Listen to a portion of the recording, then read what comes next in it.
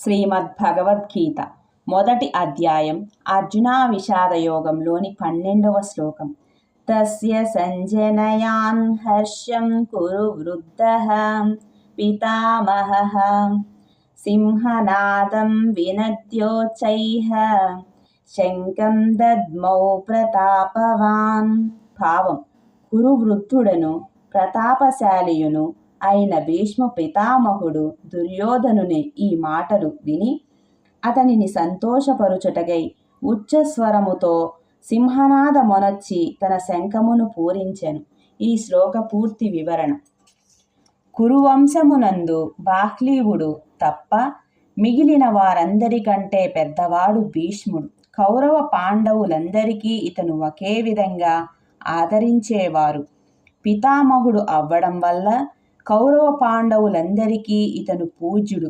అందుచేతే సంజయుడు ఇతన్ని పురవృద్ధుడని పితామహుడని పేర్కొన్నాడు. ఇతను వయసులో వృద్ధుడైన బల వీర్య తేజ పరాక్రమాలయందు సామర్థ్యమునందు వీరులకు యువ కిశోరములకు మించినవాడు. అందుకే ఇతనిని ప్రతాప్వాన్ అని పేర్కొన్నారు. ద్రోణాచార్యుని వద్ద నిలబడిన దుర్యోధనుడు పాండవ సేనను చూచి ఒక ఇంత కలవరపడి చింతక్రాంతుడు అవ్వడం భీష్ముడు గ్రహించాడు.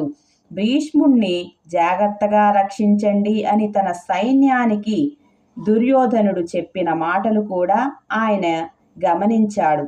అందుకే భీష్మ పితామహుడు తన వీరత్వముని చూచి దుర్యోధనుని ఉల్లాసపరచడానికి ప్రధాన సేనాపతిగా సమస్త సైన్యమునకు యుద్ధారంభ సూచనగా సింహ సదృశ్యుడై గర్జించి బిగ్గరగా శంఖమును పూరించాడు.